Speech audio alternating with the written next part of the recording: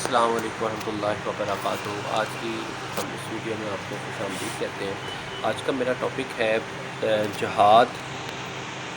حضرت عمیر رضی اللہ عنہ کا جہاد میں شرکت کا شوق کیا تھا، اس کے بارے میں آپ کو بتانے لگا ہوں۔ حضرت عمیر رضی اللہ عنہ ابی الہم کے غلام اور کم عمر بچے تھے۔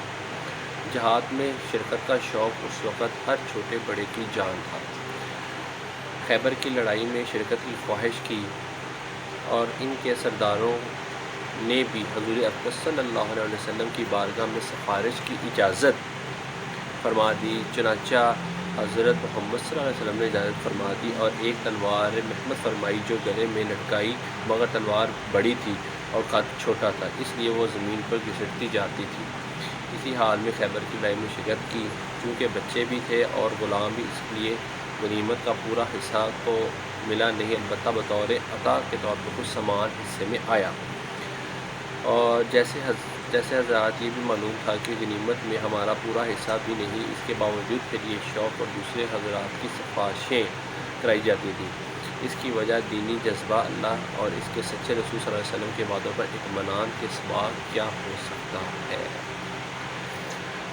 حضرت عمیر رضی اللہ عنہ کی بدر میں لڑائی کا چھپنا، اس کا بھی ایک واقعہ ہے، میں آپ کو بتاتا ہوں۔ حضرت عمیر رضی اللہ عنہ بن ابی وقاص ایک نوعمر صحابی تھے، شروع میں ہی مسلمان ہو گئے تھے۔ سعد بن ابی وقاص مشہور صحابی کے بھائی ہیں۔ حضرت سعد رضی اللہ عنہ کہتے ہیں کہ میں نے اپنے بھائی عمیر کو بدر کی لڑائی کے وقت دیکھا ہے کہ لشکر کی روانگی کی تیاری ہو رہی تھی اور وہ ادھر ادھر چھپتے پھر رہے تھے، کوئی دیکھے نہیں۔ مجھے یہ بات دیکھ کر تعجب ہوا اور میں نے اس سے پوچھا کہ کیا ہوا؟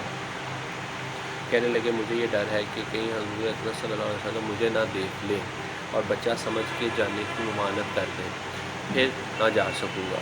تو مجھے تمنا ہے کہ لڑائی میں ضرور شریک ہوں کہ بعید اللہ تعالیٰ مجھے بھی کسی طرح شہادت نصیب فرمائے۔